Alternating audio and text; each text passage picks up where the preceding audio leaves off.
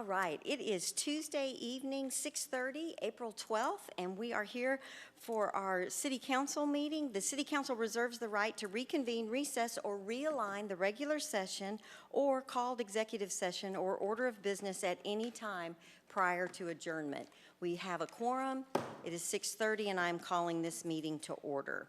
Tonight, we have the pleasure of two young people that are going to lead us in the pledges. The first one is Kyler Redmond. Kyler, stand up, come up here and turn around while I talk about you and face them. So they want to see your pretty smile.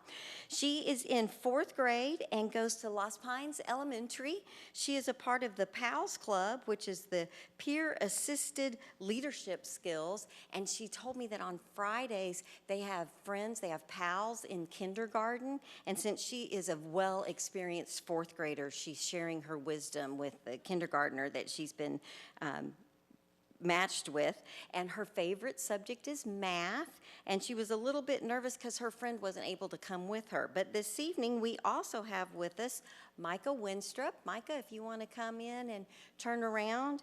And Micah is with PAC 180.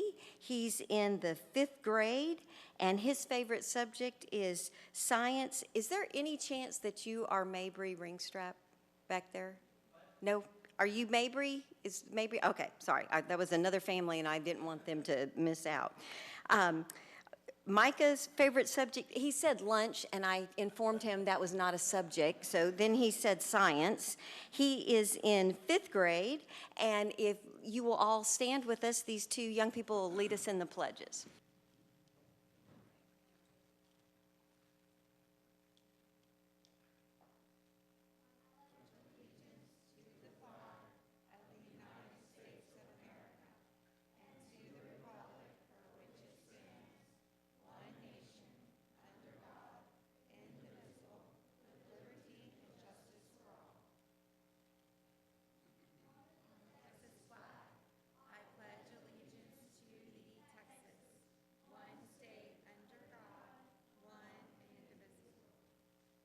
Okay, you guys stay right there, and Colin's going to take your picture. Let's give them a round of applause. That's a nervous thing to do.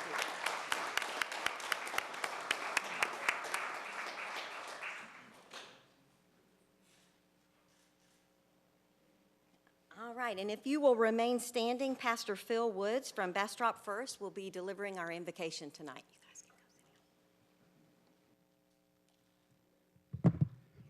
Father, we thank you for the opportunity to be here tonight, and we thank you for the blessings that we have, that you bestowed upon us to live here in this area. But Lord, before we pray for the City Council tonight, we pray for those that are under a tornado watch that are in the Williamson and Travis County area. And Lord, we just pray that no harm comes to those areas and those citizens there. We just pray your protection over them tonight. And Lord, we pray for the mayor and the city council, those that are gathered here tonight. We pray, Lord, that you just give them wisdom as they move through the agenda that is before them. And Lord, as you gave Joseph wisdom to prepare him and Egypt for the things that were coming before them, we just pray that you just give wisdom to our city council as they prepare for the things that are before us, not only in the near future, but in the future as well. And Lord, for each one of our departments tonight, we lift them up. We ask your blessings upon each one. For our fire department, our police department tonight, as they may find themselves in harm's way, protect them. And Lord, we just give you praise tonight, for you're such a great God, and thank you for your blessings in Jesus' name. Amen.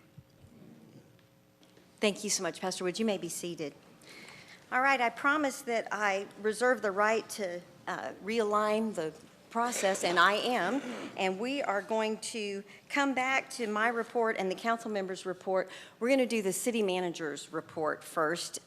He's got some kind of big news that you may have heard about in the neighborhood. Mr. Hoffman.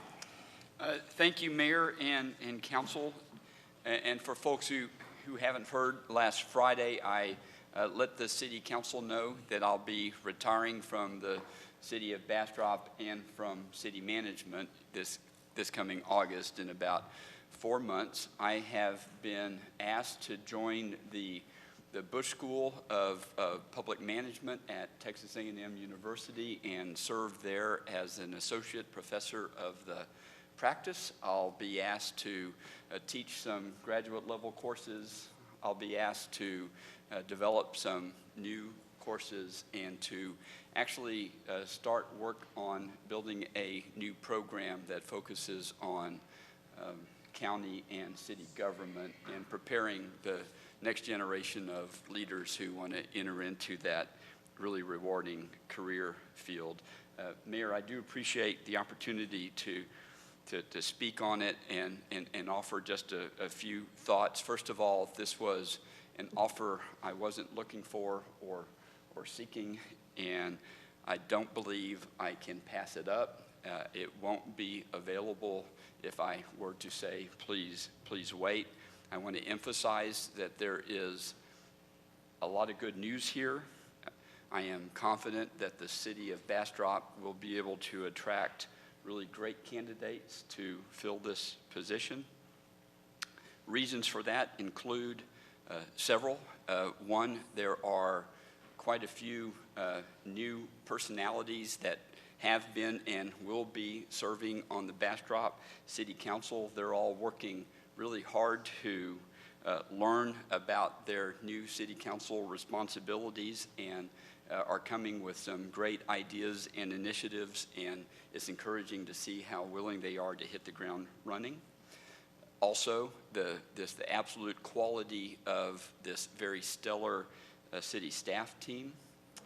In addition, the full load of really important projects that we are in the midst of right now, all led by very capable staff professionals who are well motivated and know what they're doing.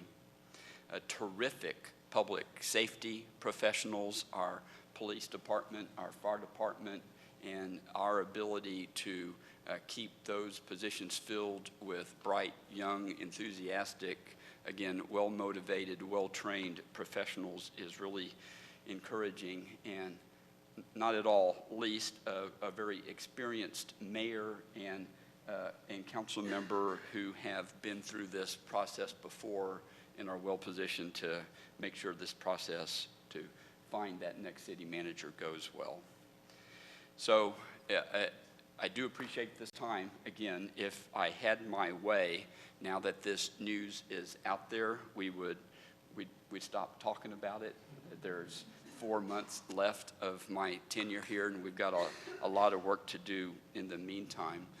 But I will say that if there are folks who want to talk to me more about it and ask questions, I'm always happy to have those conversations. I'll also say I've been very impressed with the people and the students that I've had the opportunity to get to know a little bit over these last few months at the Bush School. It is my great honor to have been chosen by them. Again, I'll repeat, I did not see this coming.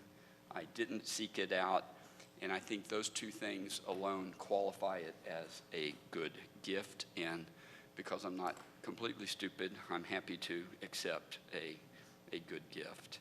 And thank you again, Mayor, for all of that. I'll move on with the rest of my city managers. Well, hang on just a quick second. Yes, ma'am. So when I found out late Thursday afternoon, and when he gave me his letter on Friday, I said, well, if I tear it up, can we make this go away? And he said, no, ma'am, I have copies. So that was a little annoying.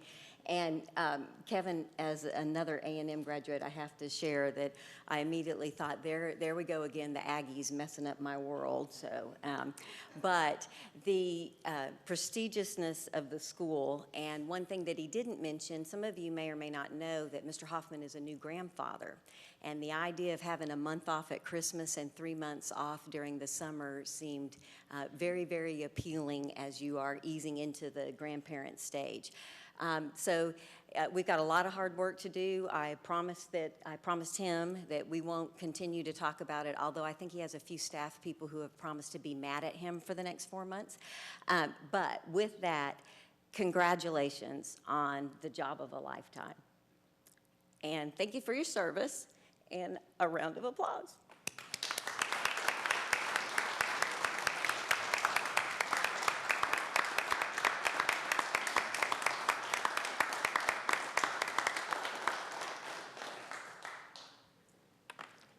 told him I was happy for him, but not so happy for us. But we will, we'll get through it.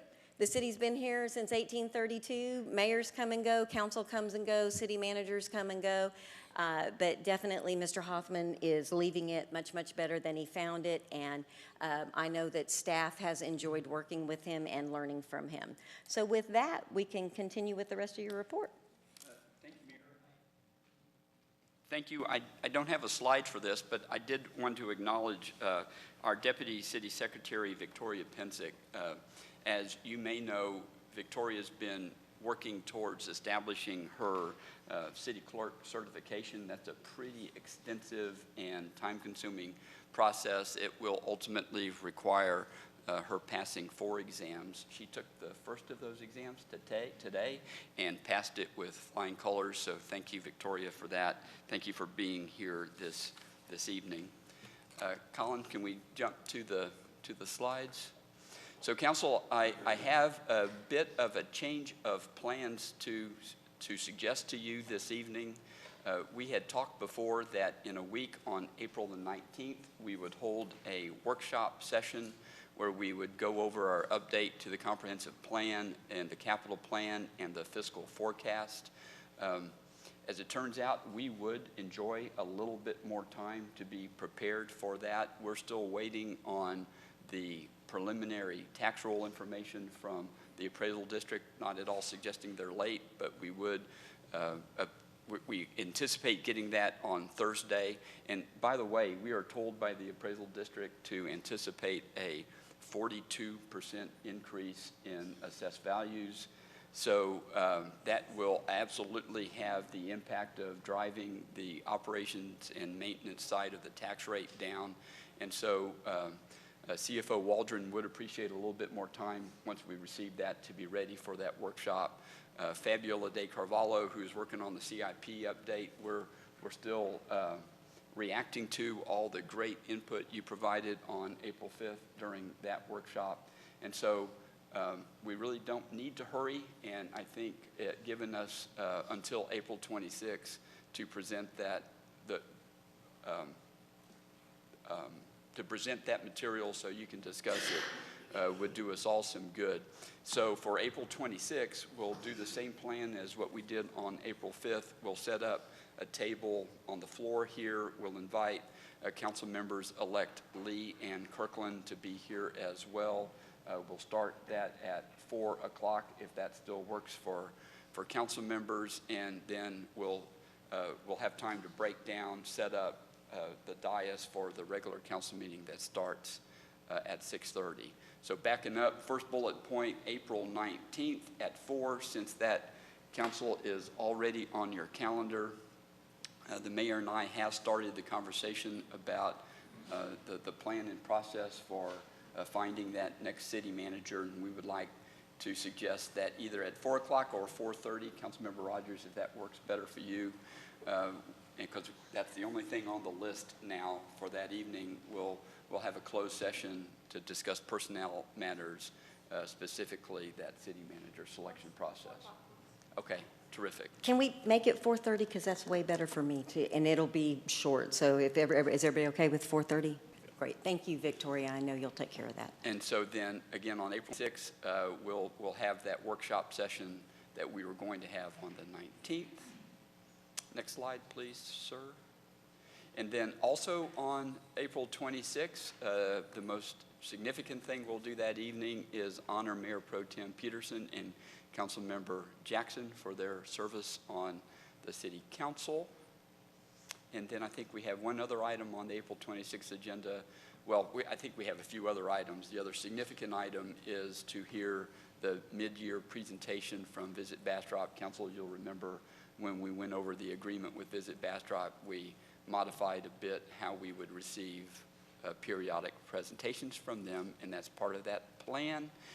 And then finally, we've been working hard to keep our podcasts up to date. We are now in season 2, and we have put 3 episodes in the can. The one that is out there right now is me talking with really great employees of the Water and Wastewater Department. or the division of the Public Works Department. So we specifically talked about wastewater treatment with them. This weekend, episode 2, will feature Tracy Moffitt, who administers our solid waste contract. It's important for people to know how solid waste works when the trash comes, what you can and can't put in it, and all that good stuff. So we called that Talking Trash with Tracy. It's a pretty fun one. And then in early May, council people will get a chance to know 2 of our newest patrol officers, the 2 new officers who are recent graduates of the police academy, whom we had a relationship during that whole process. That was a real fun conversation. I think people will enjoy it. So that concludes my report. Happy to answer any questions. Council, any questions for Mr. Hoffman? All right, in keeping with going backwards, we'll go back to the first page. We're on item 4B, council member report.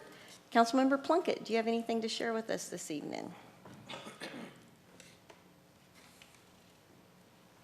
I don't think so. All right. Councilmember Rogers? Yes, ma'am, I don't really have anything to share. I have a couple meetings with Hunters Crossing and stuff coming up this next week. But I did want to tell Paul, thank you very much for the time. I've learned so much from you, and I am totally disappointed that I'm losing you. But you are just amazing. So thank you for everything you've done. Mayor Pro Tem Peterson? Yes, thank you, Mayor. Mr. City Manager, I don't know how to be happy and sad at the same time. It's really tough. But all I'm going to say is congratulations, man. You thoroughly enjoyed you being here. Wish you could stay, but you have to think about yourself and your family, and that's very commendable, so happy trails. Thank you, Mayor Pro Tem Peterson. Councilmember Crouch? No, not a whole lot. I just wanted to congratulate Paul. It's an excellent opportunity, and my wife and I just happened to go to the Bush Museum the week before that, and so might have seen you there if we'd have walked around. But congratulations, what a great honor for that, and then a very nice job while you were here, and wish you luck on everything. Thank you. Thank you, Councilmember Crouch. Councilmember Jackson? I just want to say congratulations, Paul, on this great opportunity for you. I'm going to be leaving right after you, so I mean right before you actually. So, but I hope we'll stay in touch and everything, and we wish you nothing but the best for that. I just had a couple of things to mention that have happened with me with the Parks Board. We had a citizen come to our meeting at the Parks Board this past week, and her child has food allergies, and so she had talked to me, and she'd sent me some information about some signage that other places were doing with food allergies, and so she wanted to know if the city could do that, and so the Parks Board looked at that and thought that they were things that we could implement, and so they were very simple signs and something they could do without having to come to council to take care of that. But it's not going to be anything that has to be enforced. It's just suggestions on food allergies in the parks, and we thought that was good. And then we had the National Walking Day, and I was very happy to be a part of that. I was over at the Kerr Community Park and shared a little bit of history about that park and how it was developed, and had 2 sessions and had people that were very interested in that, and that's basically it. Thank you, Councilmember Jackson. All right, Colin, we'll be going to my report. I had a couple things to cover before we got started. Thank you, Councilmember Jackson, for your part in the National Walking Day. I think that was my best stepping day for last week, and enjoyed doing 2 or 3 of those walks and met some really neat people. That was a fun do. I also wanted to congratulate the city of Bastrop. TML has their Texas Towns and Cities, and our picture is on the cover of the magazine. And so I've asked for some hard copies of that. That comes out digitally, and it's just not the same when you ask people to come look at your computer screen. So I've asked them to send us a couple of copies of that magazine, and I was thrilled that Bastrop's being featured in that way. And then I also want to send a shout out to one of our Youth Advisory Council members. Gwen Maya was accepted at Harvard, and she is class of 2026.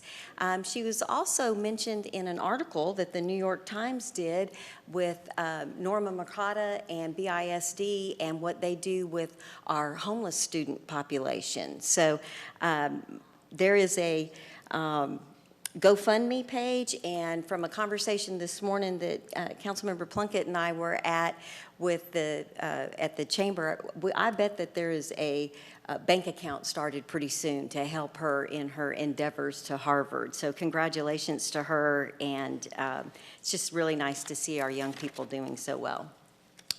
All right, Colin, we can go to the next page. Had a couple quick things. The chamber lunch was all about volunteerism, and the First Lady has what she calls textropology, which is philanthropy and Texas. It's just a hard word to put all together. And there we were with a couple of students. It was great to recognize all the volunteers, and the chamber did a good job, as they always do. And below that, you will recognize a couple folks. We had chair volleyball at the Recreation Center, and you have never really played volleyball until you've played chair volleyball.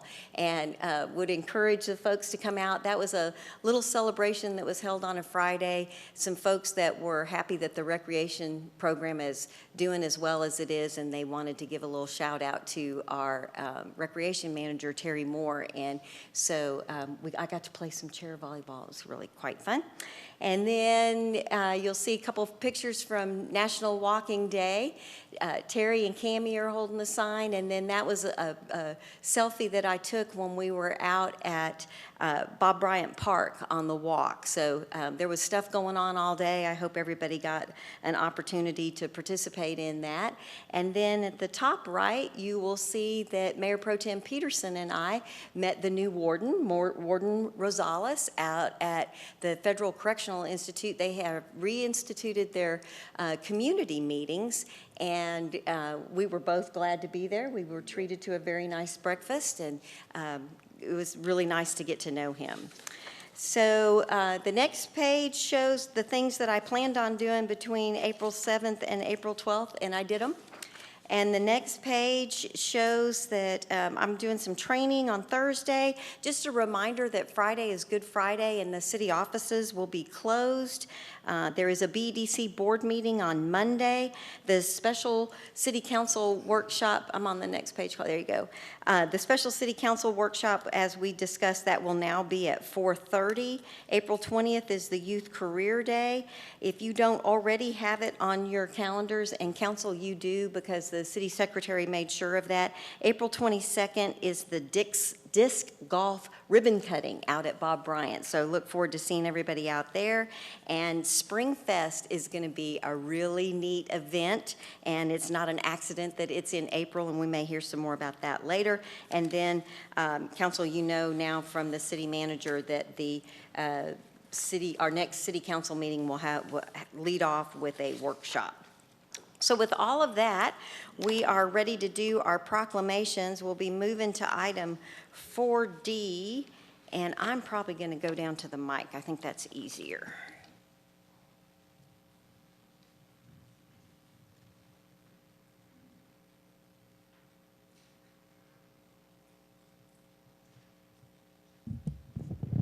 April is a big month, and I want Megan to give me extra kudos for remembering to wear blue for the month of April.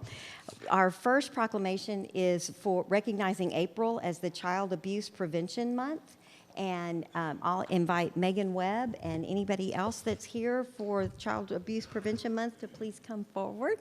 Megan is the executive director for the Children's Advocacy Center. She also serves on our library board, and she's just an all-around really good person, and you need to know her. So whereas every child is a precious and unique gift who deserves the security of a loving and nurturing home, every child deserves to grow up in a nurturing environment free from abuse, neglect, violence, or endangerment of any kind. Children are vital to our community's future success, prosperity, and quality of life, as well as being our most valuable assets. Child abuse and neglect cause serious harm to child development and have lifelong effects that endanger safety, hinder permanence in relationships, and reduce well-being, creating greater demands on society. Whereas child abuse is considered to be one of the most serious public health problems, with scientific studies documenting the link between the abuse and neglect of children and a wide range of medical, emotional, psychological, and behavioral disorders, and whereas child abuse and neglect are a community responsibility affecting both the current and future quality of life in our community. Communities that provide parents with social support, knowledge of parenting, child development, and concrete resources they need to cope with the stress and how to nurture their children ensure all children grow to their full potential. Whereas effective child abuse prevention strategies succeed because of partnerships created among citizens, human service agencies, faith communities, healthcare providers, civic organizations, law enforcement agencies, and the business community. Now, therefore, I, Connie Schrader, Mayor of the City of Bastrop, do hereby proclaim the month of April as Child Abuse Prevention Month. Megan, is there anything that you'd like to share with us? You know, I won't turn down a mic. I just want to thank you the council for recognizing this month as Child Abuse Awareness and Prevention Month. I'm here on behalf of the Children's Advocacy Center and CASA as well. We both work with families that are experiencing abuse and neglect in our community, and I'd just like to say it is an issue right here where we live, and we just invite you guys all to look through the lens of what's going on around you, become more aware so that you can help the people in our community, folks that you love and folks that you don't even know. And just to give a plug on what the mayor was speaking about earlier, we are having our Spring Fest event on the 23rd. It's going to be down at Fisherman's Park from 11 to 4. We're going to have a lot of awesome stuff for families and kids, and it's all about trusted adults. Who are the adults in our community, particularly first responders, that you can trust to help you in situations where you need help. So we'd love for you guys to come out. And another quick little plug, we do need volunteers. So if you're in a volunteering mood, we'd love to have you as well. Let's give her a round of applause.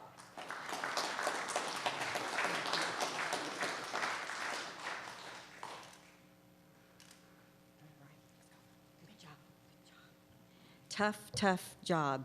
I volunteered for CASA for a while, and it takes a special person to deal with all that stuff on every day. And along those lines, the sexual assault. So the folks here from Family Crisis Center, if they would like to come forward. You're not the usual face, but you're a pretty face. I'm glad to have you here. Sexual assault in the city of Bastrop and Bastrop County and in the state of Texas is intolerable and must be stopped. Sexual Assault Awareness Month calls attention to the fact that sexual violence is widespread and impacts every person in this community. This was a staggering statistic. On campuses, 1 in 5 women and 1 in 16 men are sexually assaulted during their time in college. I mean, that's not right.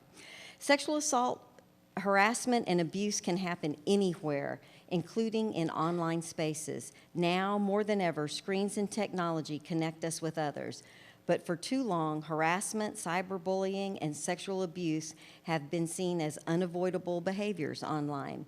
And whereas each of us has the power to change that, together we can make a difference to build inclusive, safe, and respectful communities that thrive online and offline.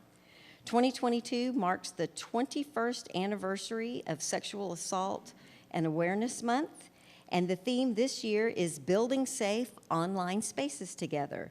We can build online communities free from sexual harassment, abuse, and assault by practicing digital consent, intervening when we see harmful behaviors, and promoting online communities that value inclusion, safety, and respect. Programs designed to educate and provide information to individuals about ways to help prevent sexual assault are encouraged throughout the community, which also providing survivors with safety, help, and justice through services and resources. Now, therefore, the City of Bastrop joins the Family Crisis Center, victim advocates, and other support service programs in the belief that all City of Bastrop residents must be part of the solution to end sexual assault. And I, Connie Schrader, Mayor of the City of Bastrop, do hereby proclaim April as National Sexual Assault Awareness Month. Is there any, would you like to say anything? Sorry, yeah. I don't turn down a mic either. For those of you who do not know me, my name's Ashlyn. I work with the Family Crisis Center, and I am a prevention specialist. Usually, it's my most wonderful boss, Bernie Jackson, coming to these things, but today she asked for my help, and so here I am. Another statistic that I found out today, UT has done a recent study, and 1 in 5 men in Texas and 2 in 5 women in Texas have experienced or will experience sexual violence or sexual assault in their lifetime. Us at the Family Crisis Center, we don't just deal with domestic violence, we also help those who are survivors of sexual assault, sexual violence, and a lot of the times they go hand in hand. Domestic violence and sexual violence a lot of the times go hand in hand. So we just want to thank the City of Bastrop always for being so supportive of us. We have a few things coming up as well. Check out our Facebook. We kind of had to make a new Facebook with some of the changes that were going on over there. So please, please, please find us. We've got some really awesome events coming up. As difficult as the issues that we talk about and we work with the survivors, we do try to include the community as much as possible and just remind them that prevention and awareness is really important. So thank you.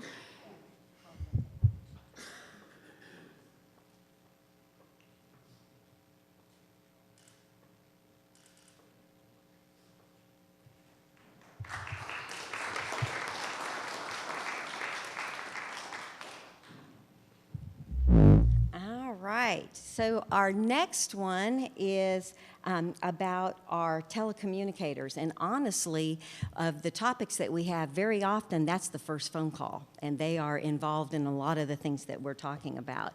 And we couldn't get by without all of their help. And Paul, do we, if we have some folks?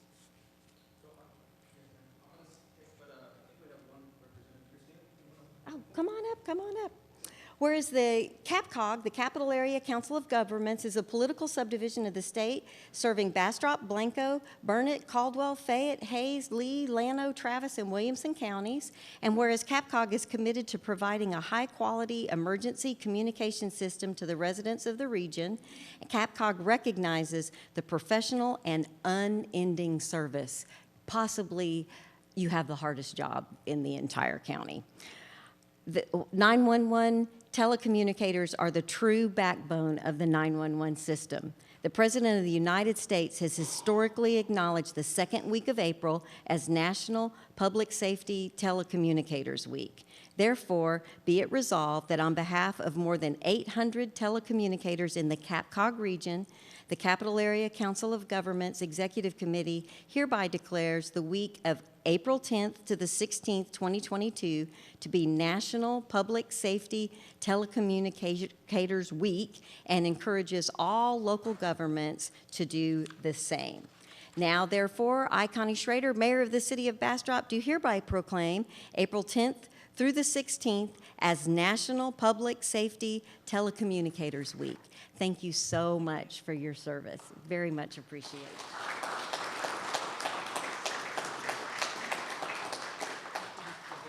Oh, Colin says move.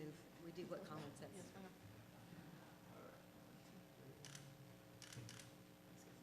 Thank you so much. Thank you. Thank you, Andres. We have, I think, possibly the best fire chief in the whole wide world. Okay, our last one is talking about our national linemen. There he is. Come on, Kurt. They love this. They live for this week. They so like coming to council. Each of them are going to make a 5-minute speech sharing their deepest, darkest secrets, right? Come on. He's not standing up here alone. They know better. They love being in council. They just love it. There's Bubba. Keep on. Don't you guys work for the electric department? All right. All right. This holiday can be traced back to April 10th of 2013. This is when the United States Senate Resolution 95 established the 18th of April as National Lineman Appreciation Day. If ever you appreciate power, you may have thought, gee, that's kind of an important thing. But if you've lived through Uri and a few other things around here, you realize just how much you appreciate the lights turning on and always having power. And the reason that happens is because of these guys. They work very, very diligently, very hard. They are constantly doing maintenance. Curtis is renowned for, are you nervous? No, because he's always prepared. It's never a surprise. It's never, oh my gosh, weather's coming. You're always ready for whatever Mother Nature has for you, right? That's the most words he's ever said in council. After a natural disaster, linemen all over the country worked hand in hand to restore power in the United States. The line worker profession began during the 1840s. That's a long time ago. Even you guys, none of you were there then. Even I wasn't even there then. Whereas in the United States, there are over 9 million miles of wire on 170 million wooden poles.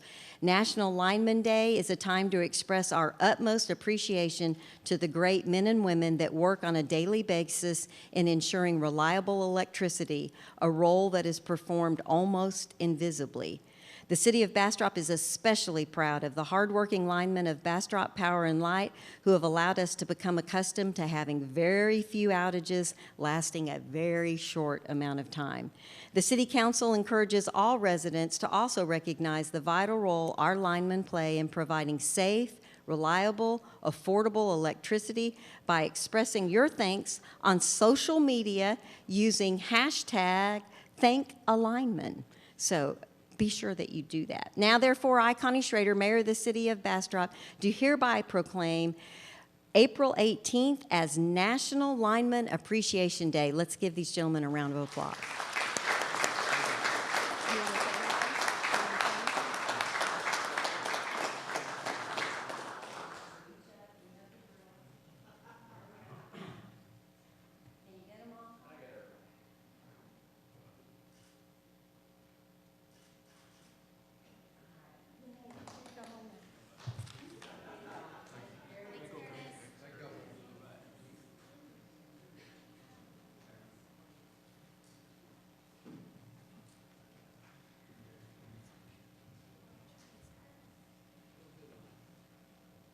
They are invisible to most everyone until their power goes off, and then they're the most important people in the entire city. So I really, truly appreciate all of their hard work.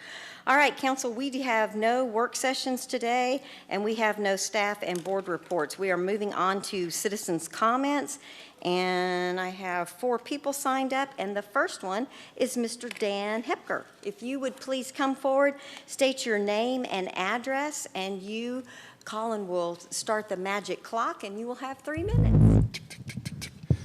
My name is Dan Hepker. I have 1002 Main Street, downtown Bastrop.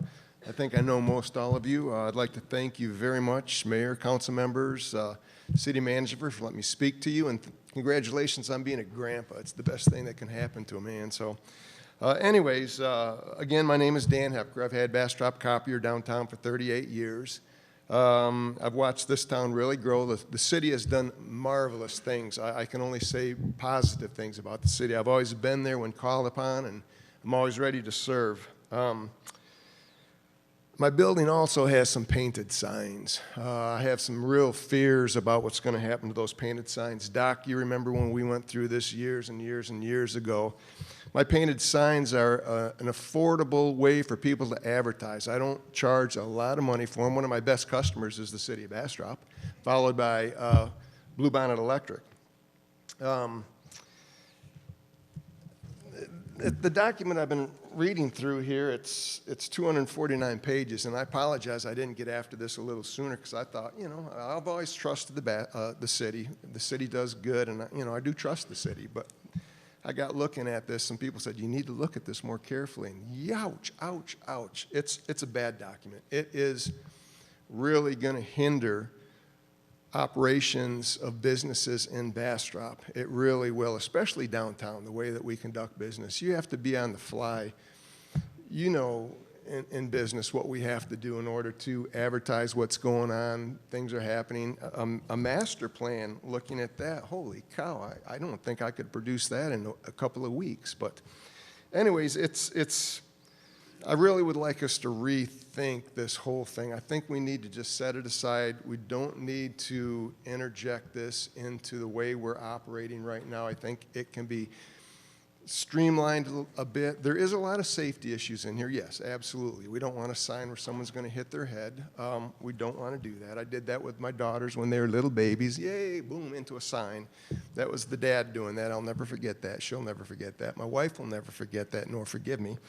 But I really would ask that you'd please reconsider before this is enacted and what's going on. You remember how hard that was, Doc? Oh, my God, you know, and a lot of my income is getting smaller these days. You know, we have impact from internet. We have impact from COVID. We have so many different negative impacts hitting us. Property taxes are going up. Everything is costing us more. And if we can't manipulate our businesses as we need to manipulate, we're going to be in a really bad hurt. This is a mistake. Being that I'm in office supplies, pencils come with erasers to get rid of mistakes. Keyboards have a delete button to get rid of mistakes. In some churches, they actually have confessions, you know. That's pretty cool for those mistakes. Anyways, that's all I have to say. I trust all of you. I consider you all friends. And again, a grandpa, man. You want to show pictures of grandchildren back and forth and playing? It's just absolutely the best thing. So I have some extra time, so I'm using it to be a grandpa to a grandpa here. Anyways, thank you all very much. I do appreciate being downtown. I really hope to be down there many, many more years. My activities with the city used to be stronger when I had more energy, but now being a grandpa and, you know, a dad, and, you know, I want to kick back a little bit. So, but anyways, thank you for being here, volunteering, for all the hard work and everything you do. If you ever need anything, or if anyone individually would like to talk to me personally on this, I'd be glad to. Thanks for having me. Thank you, appreciate that. All right, the next person signed up to speak is Martha Miles. Martha, if you'll state your address, you will have 3 minutes. Hi, I'm Marty Miles. I live at goodness. I live in Tahitian Village. I also own a lot in Piney Ridge subdivision. I asked to speak with all of you this evening regarding my inability to get a variance for a septic tank on part of that acreage. It's 1.8 acres. I'm trying to sell 0.8 acres, but I am told by Trey Job, who is the assistant city manager, that I can, in fact, subdivide my lot into 2 lots, but I'm required to be connected to the city's wastewater system if it's under 1 acre. Well, I responded to Mr. Job, and I asked him, how can I connect the 0.8 acres to the city's wastewater system when the city's wastewater system is not available in this area? It seems prudent that the obvious solution would be to request a variance in order to get a septic system. My builder has tried to do this. He has been told that they can't grant him a variance because there's no process in place for that. So we're at an impasse here. I moved here about 1.5 years ago following the death of my husband. I came from Houston. I came here to be with my son and his family. I want very much to build my home. I want to sell the 0.8 acres to a lovely lady who also wants to build a home. But we're all at an impasse because of this variance to get a septic system on this 0.8 acres. I know, Mayor Schrader, you're very involved. You're not just a public servant, you're a citizen. I know you care very much. I saw you at the Farm Street Opry last Thursday night. I know you participate in a lot of activities for the community. So I'm asking all of you to take pity on me and look into this matter and hopefully answer my emails with a solution. Thank you very much. Thank you, Ms. Miles. Appreciate that. The next person we have signed up to speak is Tara Ferguson.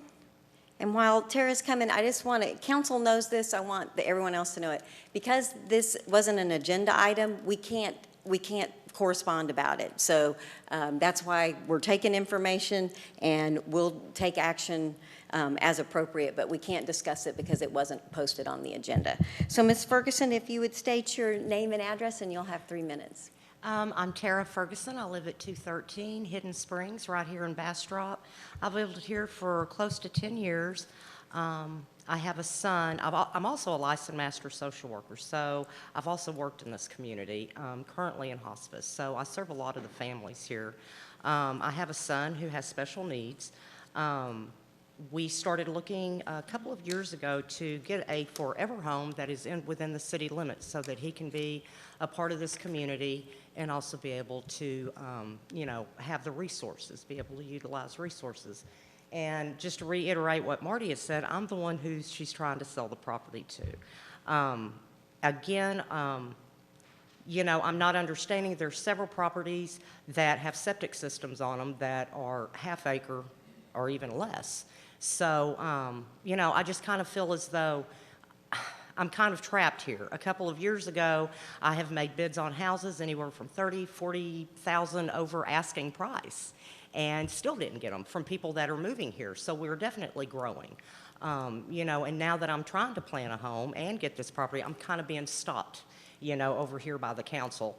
I'm not really understanding how, we can't do this. We're being told to hook up to city wastewater when there's none to hook up to. I mean, it's just ludicrous. So basically just reiterating what Marty said, and I'll make it short. But yeah, that's basically what I have to say. And maybe if someone can make some logic out of this, it makes no sense, how to move forward and what we can do to resolve it. And thank you all so much. Thank you, Ms. Ferguson. All right, I also have Omar Fuentes. Omar, if you'll state your name and address, you will have 3 minutes.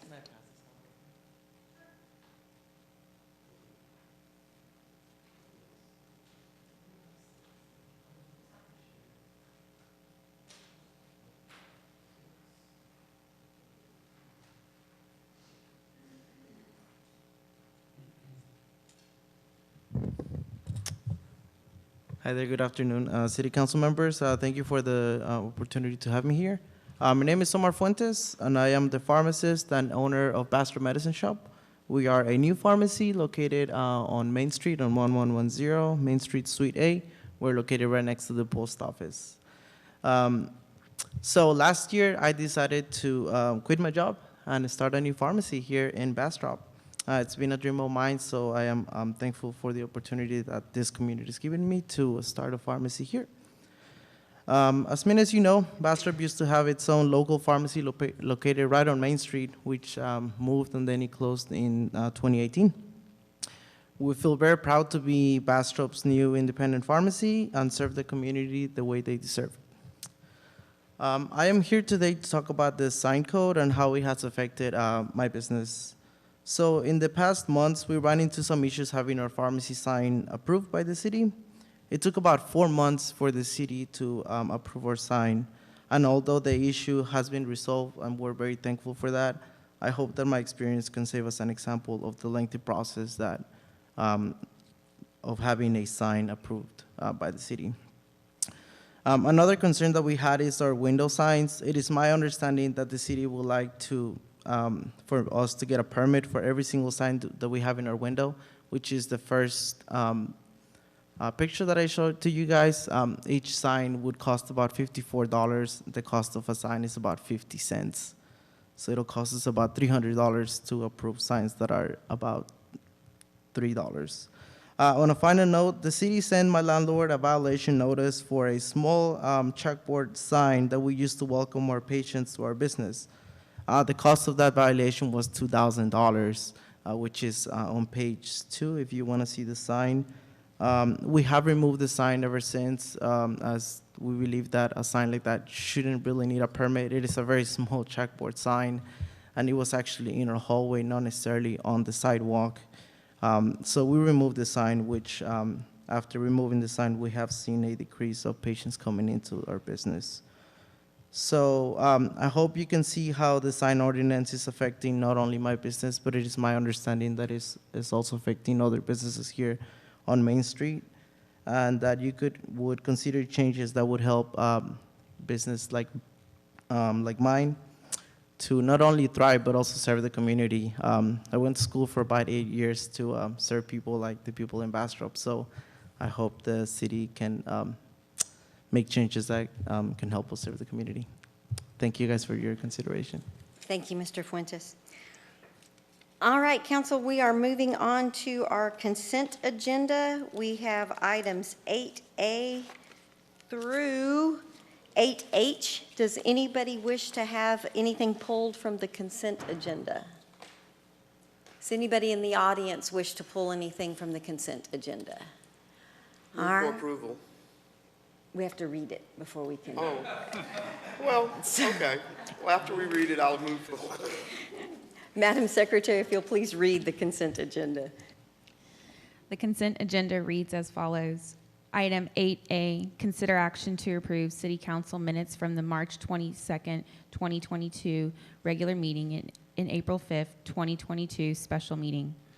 Item 8B, consider action to approve the second reading of ordinance number 2022-12 of the City Council of the City of Bastrop, Texas, amending the budget for the fiscal year 2022 in accordance with existing statutory requirements, appropriating the various amounts herein as attached in Exhibit A, repealing all prior ordinances and actions in conflict herewith, establishing an effective date.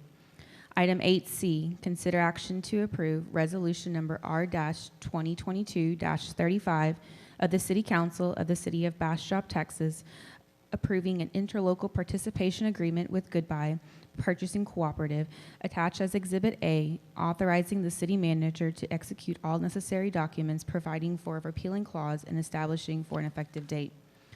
Item 8D, consider action to approve Resolution Number R-2022-39 of the City Council of the City of Bastrop, Texas, approving a public improvement plan agreement with Hunt Communities for the Colony Mud 1C, Section 6, as attached in Exhibit A, authorizing the city manager to execute all necessary documents, providing for a repealing clause, and establishing an effective date. Item 8E, consider action to approve Resolution Number R-2022-40 of the City Council of the City of Bastrop, Texas, approving a public improvement plan agreement with Hunt Communities for the Colony Mud 1C, Section 7, as attached in Exhibit A, authorizing the city manager to execute all necessary documents, providing for a repealing clause, and establishing an effective date.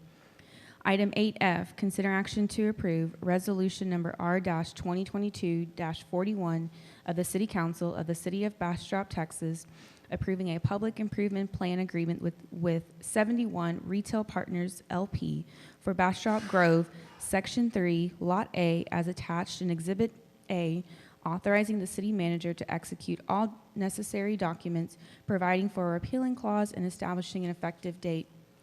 Item 8G, consider action to approve the second reading of ordinance number 2022-10 of the City Council of the City of Bastrop, Texas, amending Chapter 9 Personnel by adopting Chapter 9, Article 9.05, Division 2, and amending Divisions 3 and 6, and Chapter 9, Article 9.09, Divisions 2, 3, and 4, by creating the Chief of Police position and removing the remaining references to the repealed Director of Public Safety position, and by reassigning duties formerly delegated to the Director of Public Safety and clarifying the duties and authority of the Chief of Police and Fire Chief, and providing for findings of fact, enactment and repealer, and severability, establishing an effective date, proper notice, and meeting.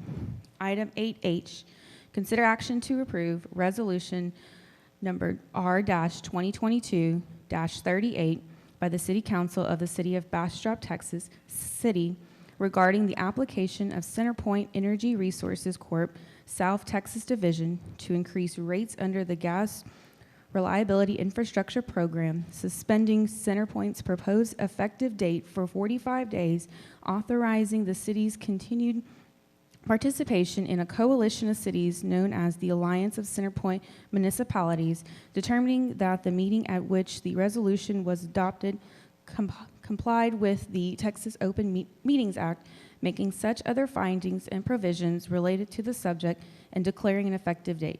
This concludes the consent agenda. Councilmember Jackson.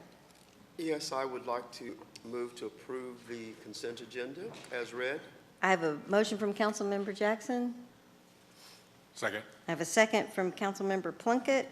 Madam Secretary, if you'll call the roll.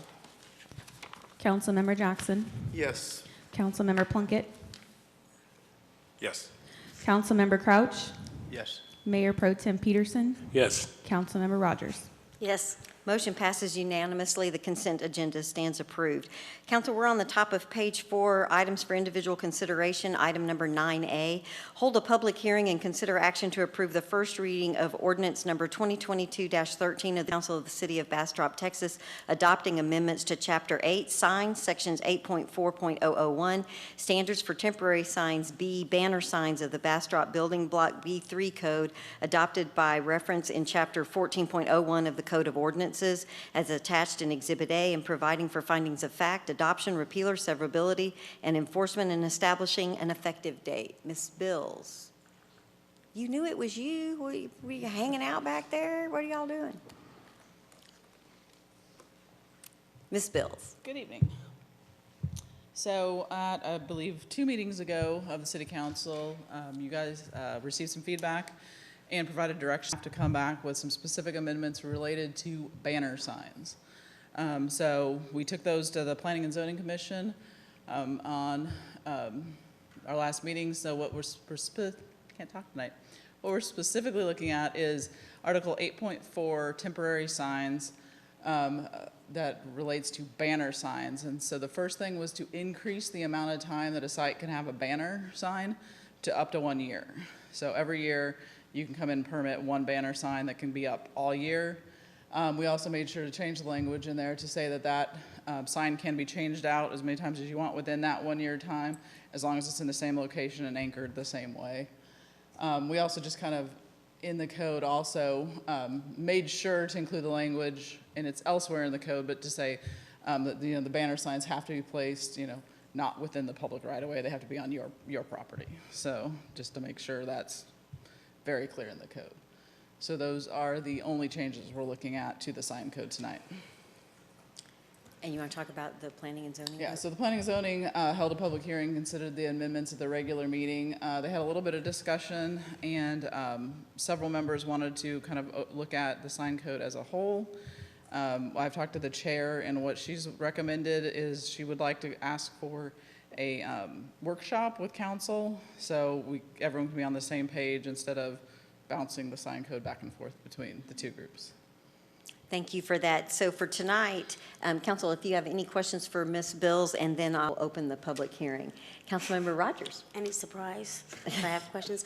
The one thing I didn't see is that you didn't, in the all your legal writing, I noticed, and thank you for allowing me to switch out my sign, because I want to say several things throughout the year, but it didn't say that had to be the same size, so I didn't know if we should cover ourselves that the sign needs to stay not any bigger than the sign that I got my permit for. It might get smaller, but not any bigger. We could add that language. We didn't mention anything about changing the size of the sign throughout the year, so I thought you might want to put that in there. Okay. Because I would be the person that changes my size. So, and thank you for bringing up the workshop, because I really think that is what's needed. Yeah, absolutely. And I'm going to, Ms. Bills and Mr. Borquez may let us know if we need to make some recommended changes to the ordinance, although we'll have to come back for a second reading, won't we, or no? Yes. Yeah, so we could do that between now and the next one. Councilmember Plunkett? Okay, in reference to what Councilmember Rogers said, I mean, would it Would it matter if the size of the sign changed as long as it was within the limits of the code? I don't see any problem with that. As long as it's within the limits of the code, the thing Right. that may trip up someone is they may put something that's bigger than, and we're gonna have to code enforce them then, so. Right, but as long as a permit limits the size to whatever the maximum size of the code is, wouldn't that accomplish the same Maximum- thing? That way, if yeah. there was a smaller sign or whatever. We'll have to review the building because there's maximum size of how big it can, like, what it can cover of the building. So while it's 48 square feet total, that may be, and that's a 4-foot tall by 12-foot long sign. You may have to have a smaller sign on your building, so, because your building may not be big enough for that. So- Councilmember Rogers? I was just suggesting that they put it in that code so whoever reads it before they get the permit to realize that they're not gonna be able to change it bigger than what they get the permit. So that's, I was just making sure. Thank you, Councilmember Rogers and Councilmember Plunkett. Maybe it's a good idea, and Ms. Bills, you might do some work on it between now and the next reading. Maybe it's in the ordinance, so you know what the max is, and whatever you get permitted, it can't be bigger than that. And maybe we clarify that, make sure it's super clear on the ordinance, and then also on the permit that they get. So if you're permitting 4 foot by 12, you know you can't go to 6 foot by 18, you know. We should never miss an opportunity to be clear about what the rules are. It's always a good opportunity. Council, any other questions before we open the public hearing? All right, we're officially opening the public hearing on ordinance number 2022-13. Madam Secretary, do we have anyone signed up to speak for the public hearing? No, Mayor. We are done with our public hearing, and I am happy to entertain a motion. I motion to approve. I have a motion to approve from Councilmember Rogers. Second. And a second from Mayor Pro Tem Peterson. Madam Secretary, if you'll call the roll. Councilmember Rogers? Yes. Mayor Pro Tem Peterson? Yes. Councilmember Jackson? No. Councilmember Crouch? Yes. Councilmember Plunkett? Yes. The motion passes 4-1. We're moving on to item 9B, consider action to approve resolution number R 2022-13 of the City Council of the City of Bastrop, Texas, approving a contract with PHI Health LLC, doing business as PHI Air Medical for annual membership for emergency air medical transport, an amount of $31,262, authorizing the city manager to execute all necessary documents and providing for an effective date. Ms. Waldron. Good evening. So we are here, this will be the third year that we will have agreement with PHI Medical. Just a reminder to the citizens, this is a membership program for our city residents. Covers uninsured, uncovered portions of flight charges that are on board a PHI aircraft. So just want to make sure that's clear, and it's initiated within Bastrop County. With this new agreement, there is a $1 membership increase from our previous contract. Our households have increased by 21%, and the annual agreement, it's a little over $9,000 over last year's agreement. So this agreement will go into effect May 1st.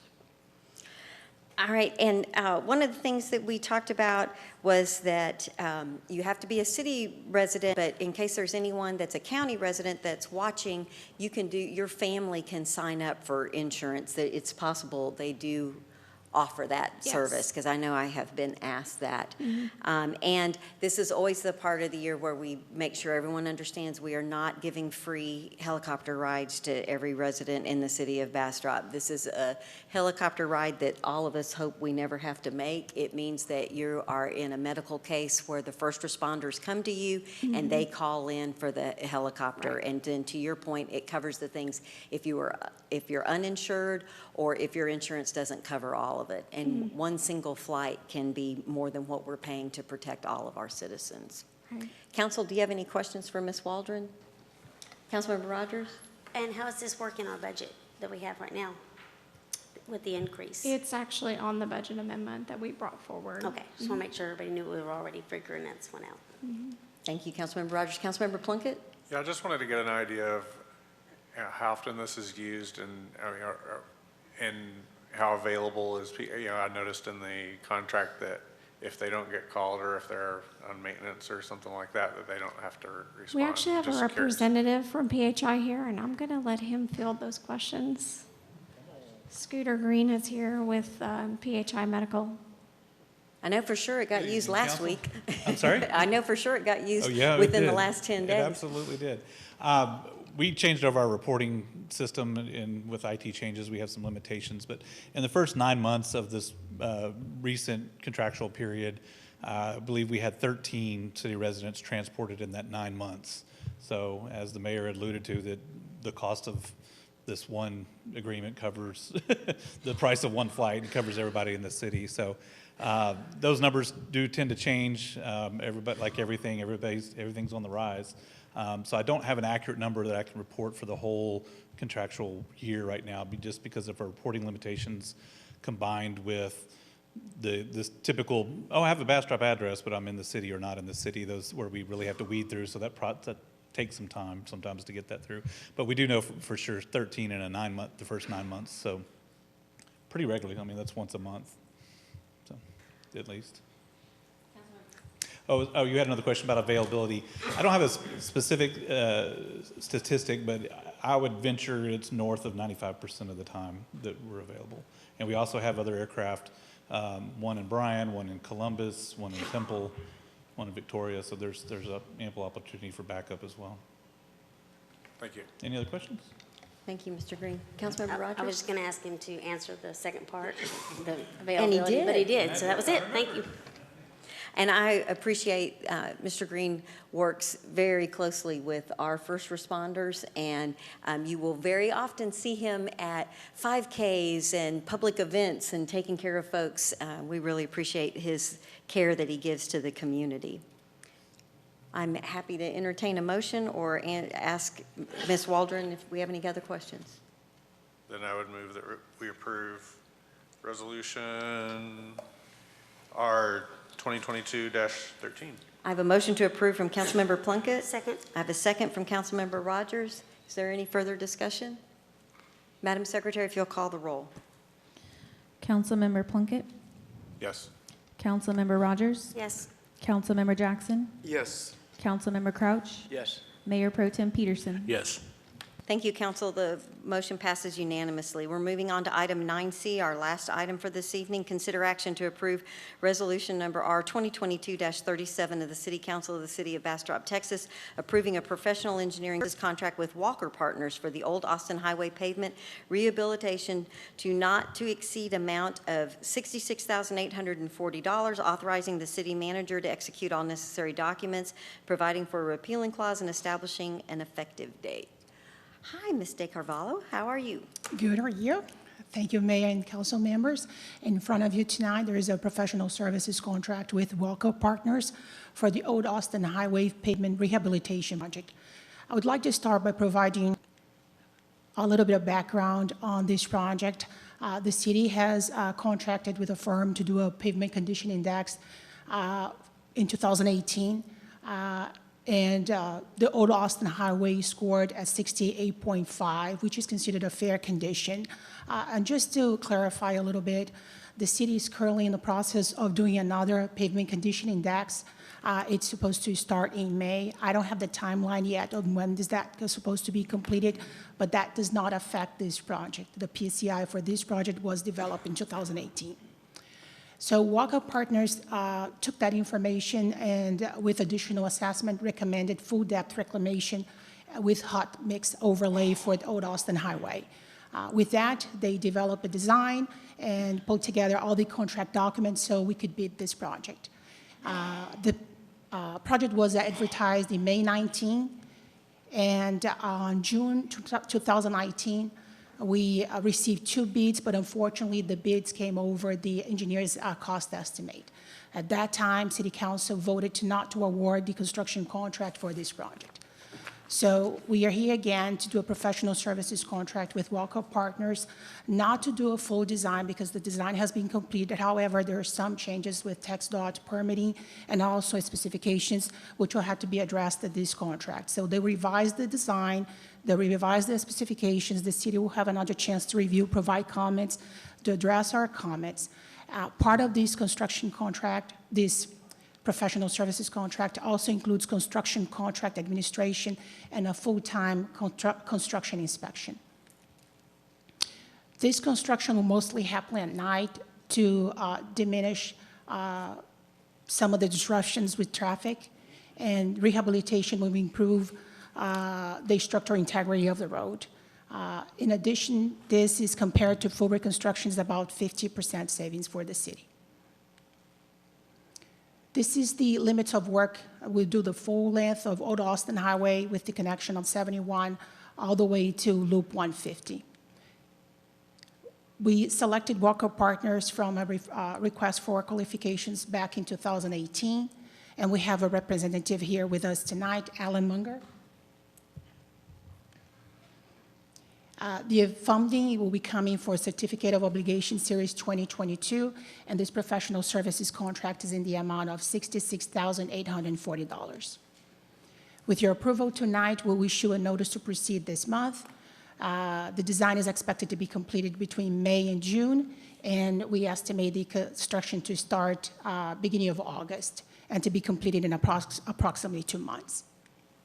With that, we ask you that you authorize the approval of this contract. So my first question, I'm sorry, I'm just jumping out there. I'm amazed that we are trying to start this project when school starts. School starts the middle of August, and we're starting construction in August. So I'm really mesmerized by that timing. Have we, you know, I don't really know what else to say. So I appreciate that the work's going to be done at night, but I think it being done at night during the summer would have been a way better solution for this. So I don't know. And I couldn't, and I apologize if because some of that detail may have been in here, but I thought, well, maybe if it's for construction management and construction inspection, since the design's already done, it's not going to take that long, and we'll get to bidding on it. But what kind of, did you guys think about school starts in August? We did, and unfortunately, the timeline didn't help us. What we could do. Well, what timeline didn't help us? We were supposed to have this project go in front of City Council about a few weeks back, and unfortunately, the amount for this contract was not appropriated at that time, so we had to wait until this time. So we could try, but I don't think. Really, at this point, I feel like I need to, I'm not wanting to be fussing at her. Do you have any suggestions for us, Mr. City Manager? Not off the top of my head. I do think it is a difference maker that the work will happen at night. Why don't you let us evaluate where we are and well, I'm not sure what to recommend in terms of your action tonight. Not acting tonight certainly. Well, we're doesn't. meeting again next Tuesday, so we could take advantage of that. 1 week is not going to make that much difference, unless Alan has silver bullet words of wisdom he wants to share with us. I mean, it's one thing to say working at night, but they don't just magically disappear. And there's school buses running, and I just am imagining the phone calls. You waited till school start? There's 2 schools, not just one, 2 schools.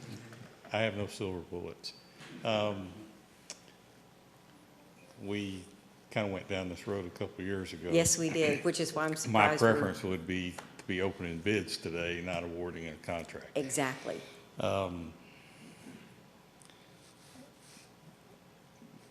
All your school facilities are on that roadway. Resources are stretched thin in the engineering community. Resources are stretched thin in the contracting community. That third party is not here. I'm afraid if we get a contractor in at this late stage and he can do the work, we're going to pay through the nose to get him to do it. So those are my thoughts for right now.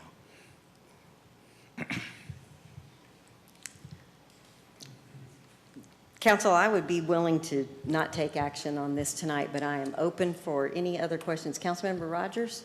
Well, you know, that road in itself is just backed up constantly with both those schools. And last year, we put it off for the costs, and I don't think the road's gonna fall into a pit before next summer. I would love to see us do it just during the summer months. I mean, we've already put it off one year, but that road has so much traffic on it. It's just crazy. Plus all the, you know, the HEB and not only all the elderly homes that are on that road. So I just don't think I'd like to do it during August. Sorry. It's an option if you guys want to hold on the bids, and we can just bid so the construction happens the summer of next year. We can. I don't think we're discuss going to that. get bid prices that they're going to won't get hold a for a bid. year, and we don't No, want no, a we bid would, price. then we wouldn't bid. You're just saying just postpone it? Yeah, we move forward with the design, but just we don't bid now. Well, let's hear from other council members. Councilmember Jackson, I know you turned your light on early.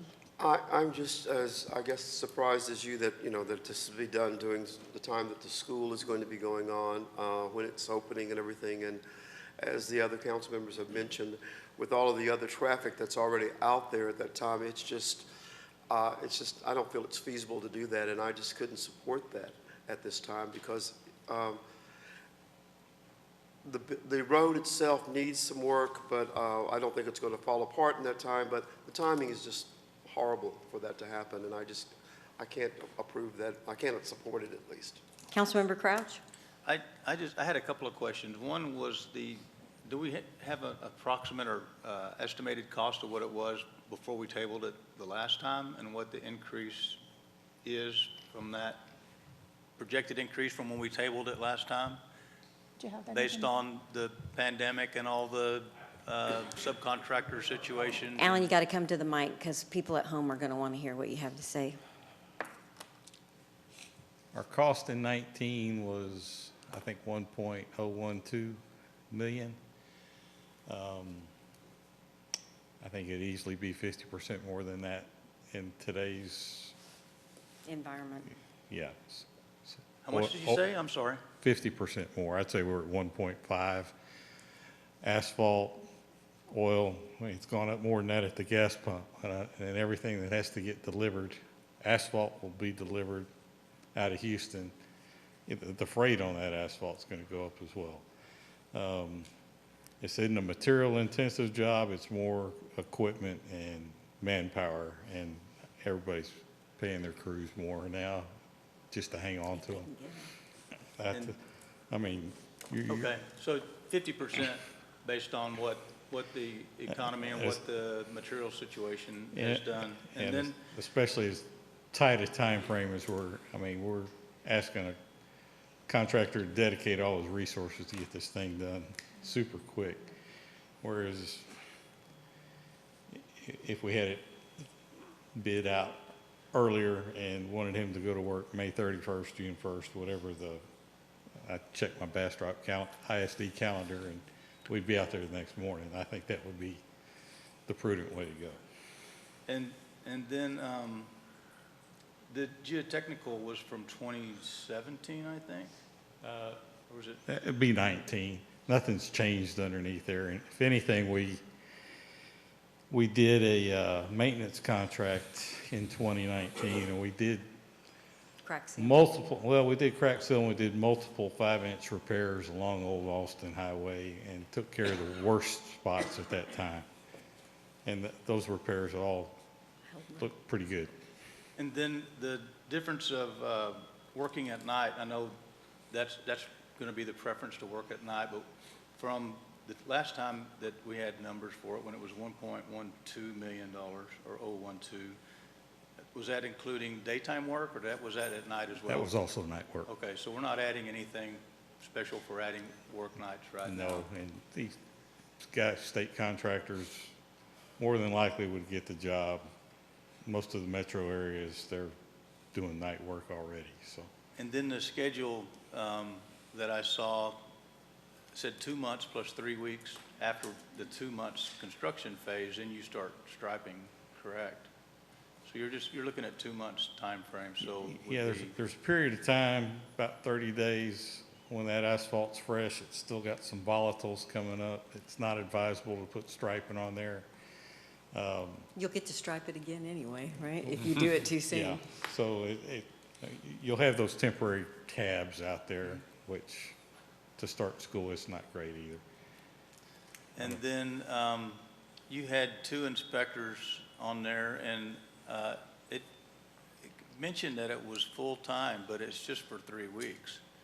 And so my question was, if it was full-time, why is that 3 weeks when the schedule's 2 months and 3 weeks?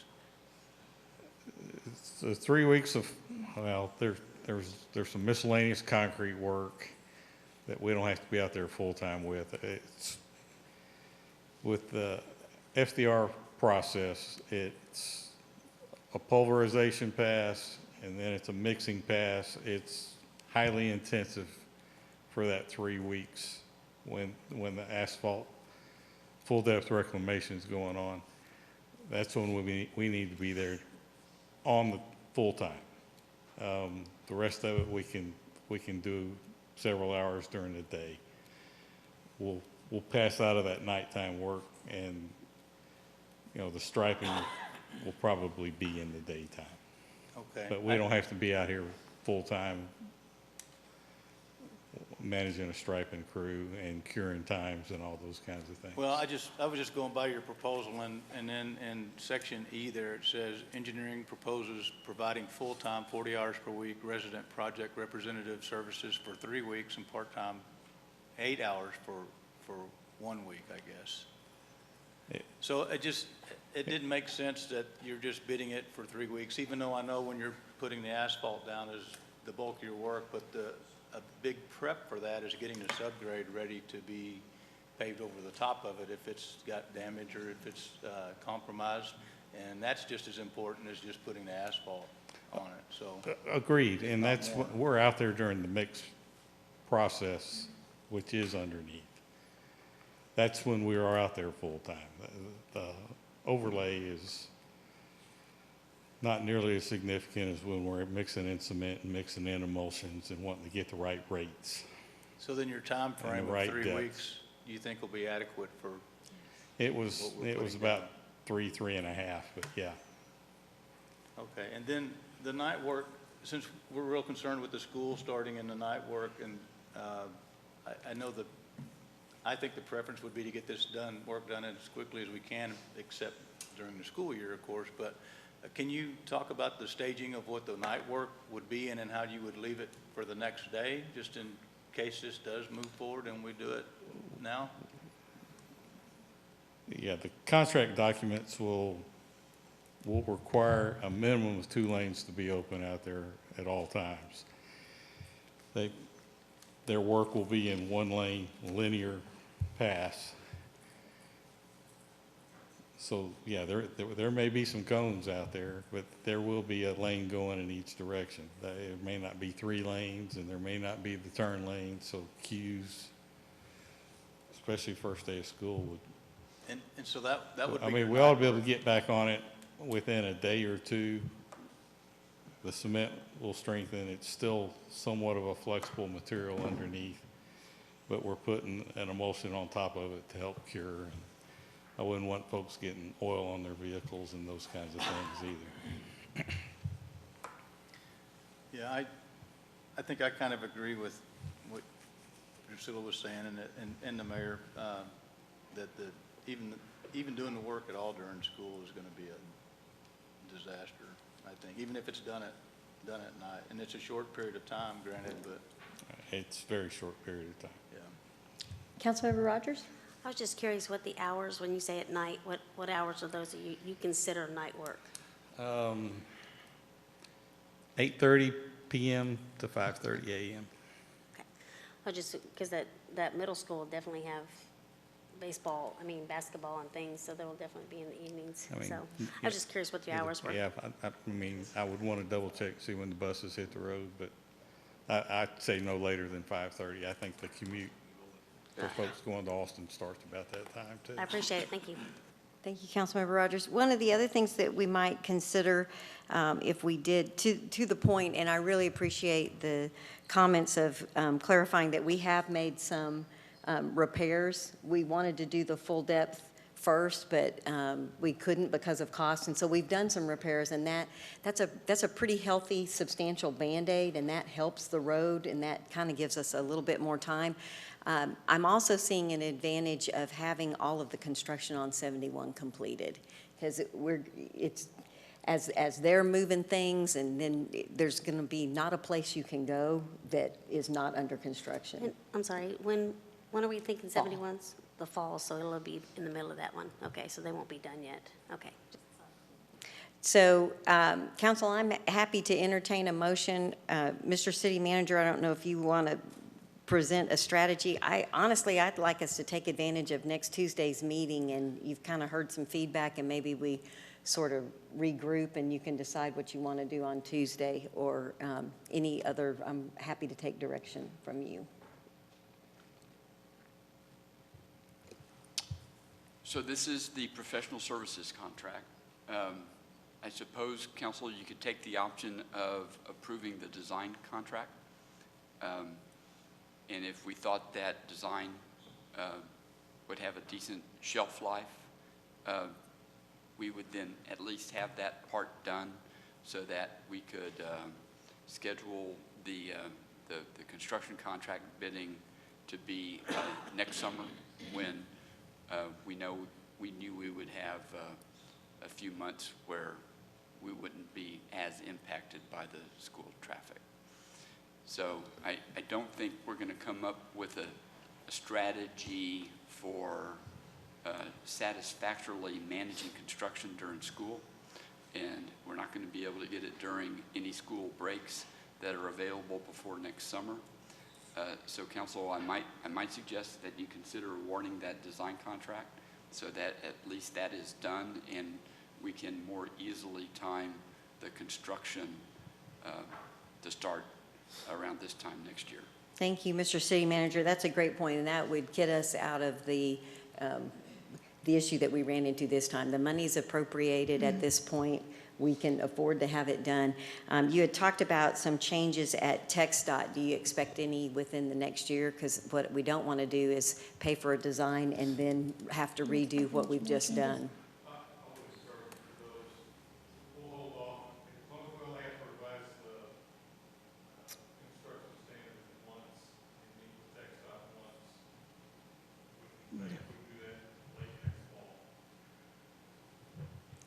Okay. So, no one at home can hear a word that you just said. And I was going to try to re-summarize, but you kind of kept going there, so let's try again. If you do the change of the specifications now, you don't have to do it for next year, right? Right. I mean, we're not going to put a whole lot of effort into it probably until the fall. But I can't promise TxDOT won't revise any construction standards between now and then, but we won't have a finished set of documents that we'll want to bid out until, I would say, February next year. So as long as we're only doing all these changes just once, I don't see any change in our fee or scope or anything like that. Okay.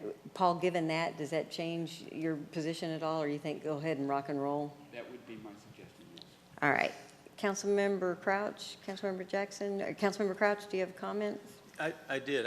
I just wanted, if we do delay it, if the geotechnical's still good, I would assume that the design's not going to change. It would just, if it changed at all, it would change minimally, in that we should probably go ahead and proceed with the design piece. And that way you at least have that, and you have the bid documents ready to send to everybody.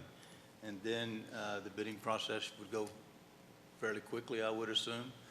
And then we could schedule it a lot better and be able to handle it better. And the Highway 71 project would be more complete. You could give everybody a couple of months of driving on a road that's not torn up, and have that satisfaction, I guess.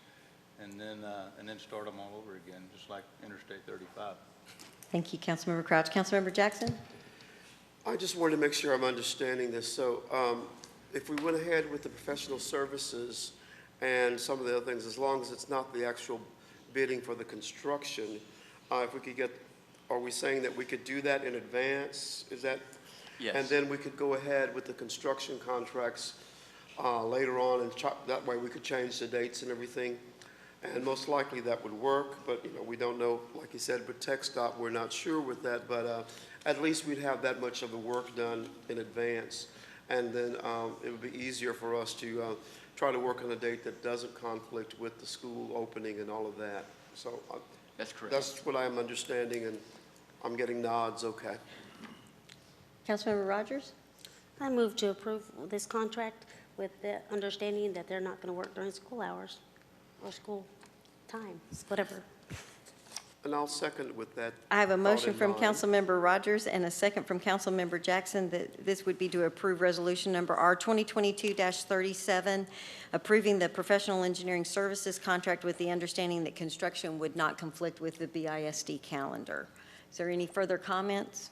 Madam Secretary, if you'll call the roll. Councilmember Rogers? Yes, ma'am. Councilmember Jackson? Yes. Councilmember Crouch? Yes. Mayor Pro Tem Peterson? Yes. Councilmember Plunkett? Yes. Thank you, Council. The motion passes unanimously. Council will be moving into executive session to discuss item 10A. City Council shall convene into closed executive session pursuant to Texas Government Code Section 551.086 regarding resolution number R 2022-36 of the City Council of the City of Bastrop, Texas, assigning certain rights of the first refusal to the Lower Colorado River Authority attached as Exhibit A, authorizing the city manager to execute all necessary documents, providing for a repealing clause, and establishing an effective date. It is 8 p.m. and we are in executive session.